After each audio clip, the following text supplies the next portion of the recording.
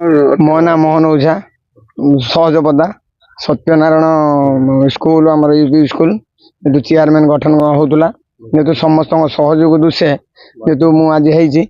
मदन सुशांत आउ कर्मी मैंने मिसिकी चेयरमैन मत बाछिले बाछिला आमर जो सुरक्षित श्रृंखलतार गला समस्त पचारिकी बुझिकी जोटा डिसाइड हम से सहजपदा सरकारी नोडाल स्कूल सहजपदार जो आज एसएमसी कमिटी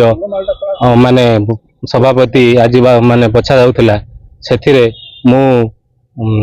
मेंबर थिली एवं मु ए स्कूल रो पूर्वतन एसएमसी कमिटी रो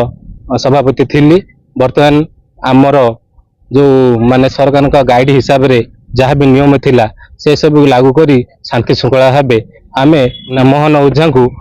सभापति भावे निर्वाचित कराइलु एवं ममता सेट्टी को उपसभापति भाव निर्वाचित कराइलु एवं ए स्कूल केमिति आगु को भविष्य रे भल ना हम पिला माने भल पाठ पढ़िबे एवं स्कूल केमिति गाइडलाइन भल रहिबो आउ स्कूल कमिटी केमिति भल रहिबो से दायित्व मु तांको ऊपर सब दिया जायछि। आउ आशा करछि मोहन ओझा सभापति भावे ए दायित्व को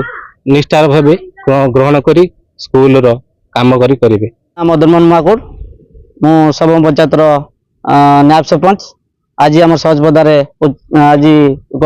स्कूल चेयरमैन गठन होता 3 खंड भोट रे जीतिले मोहन ओझा आउ जो आमर होती वाइस प्रेसिडेंट सी हूँ ममता सेठी आज से मध्य 2 जन जीति